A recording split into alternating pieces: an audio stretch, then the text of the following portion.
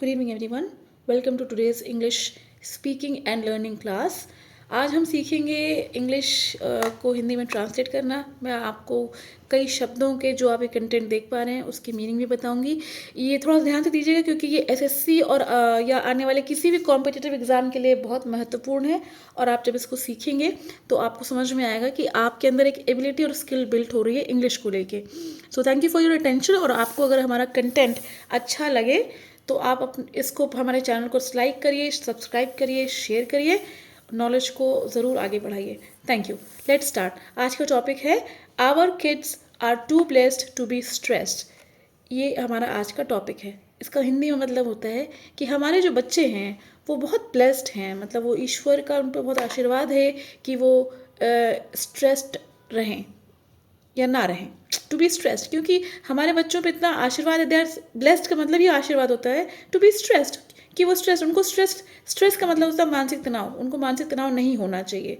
ये इस टॉपिक का मतलब है कि हमारे बच्चे ऑलरेडी इतना, उनको आशीर्वाद है कि उनको मानसिक तनाव की कोई ज़रूरत नहीं है। हम आगे पढ़ते हैं। आगे लिखा हुआ है हाउ कैन यू, ब्रैकेट में लिखा है पेरेंट्स। तो बच्चे किसके होते हैं? पेरेंट्स के होते हैं, माता पिता के होते हैं। तो हाउ कैन यू मतलब कहा गया पेरेंट्स को, रिड्यूस मतलब कम कर सकते हैं, स्ट्रेस लेवल्स मानसिक तनाव का जो लेवल होता है इन चिल्ड्रन बच्चों में ड्यूरिंग एग्जाम्स। ये यहाँ पे चर्चा करी गई है। ये लिखा गया है राजकुमार रंजन सिंह जी के द्वारा, जो कि हैं author in, he is author is, ये कहा गया है यहाँ पे नीचे कि author is minister of state for external affairs in education and views are personal. ये बहुत ज़रूरी है, इसको अंकित करिएगा कि ये इनके पर्सनल व्यूज़ हैं जो इन्होंने शेयर किए हैं। हम आगे बढ़ते हैं, स्टार्ट करते हैं।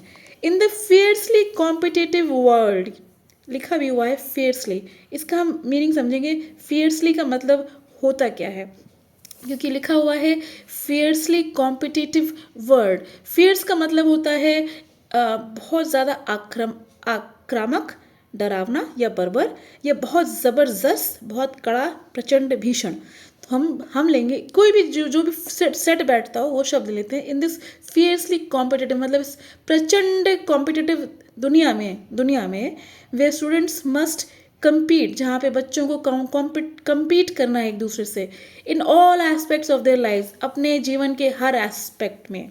Academic stress can be worrying both for parents and students.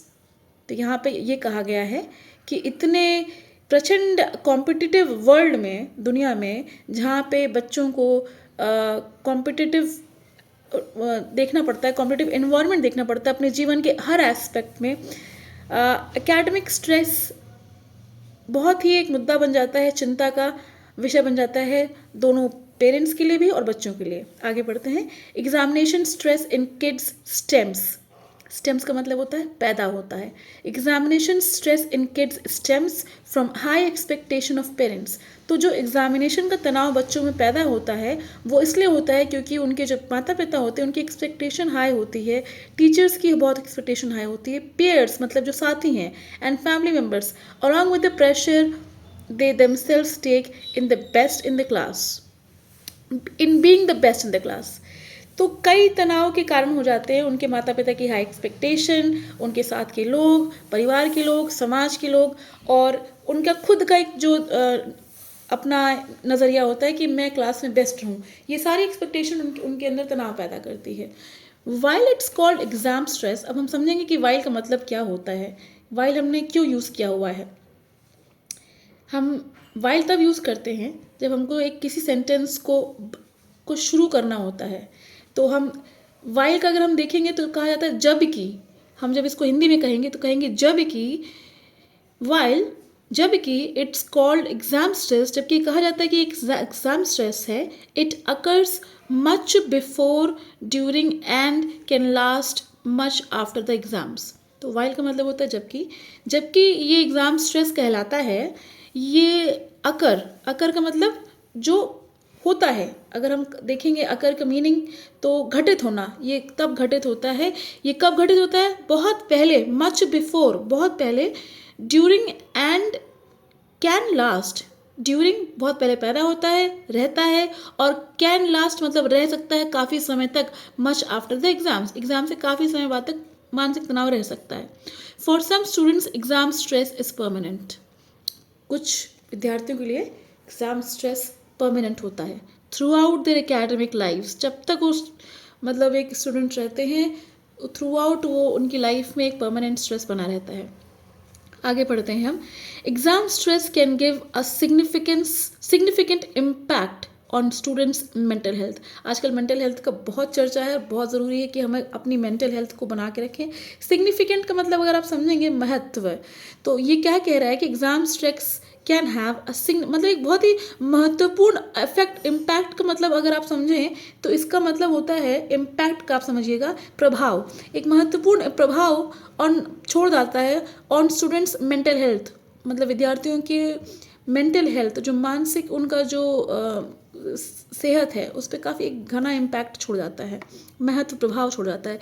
और वो क्या करता है, leading to anxiety, depression and other emotional problems, जो कि पैदा करता है, जो लीड करता है, क्योंकि मेंटल स्ट्रेस है, मेंटल हेल्थ की बात हो रही है, अगर ये बहुत दिनों तक रहेगा तो ये लीड करेगा एंग्जाइटी, जिसको कि कहते हैं कि मानसिक चिंता, अगर हम कहें एंग्जाइटी को हिंदी में तो चिंतित, डिप्रेशन एंग्जाइटी का हिंदी में हो सकता है चिंतित होना, और डिप्रेशन तो हम सभी समझते हैं आजकल सभी डिप्रेस्ड, अवसाद, मानसिक अवसाद, और अदर इमोशनल प्रॉब्लम्स, या और अलग किस्म के इमोशनल प्रॉब्लम्स हो सकते हैं।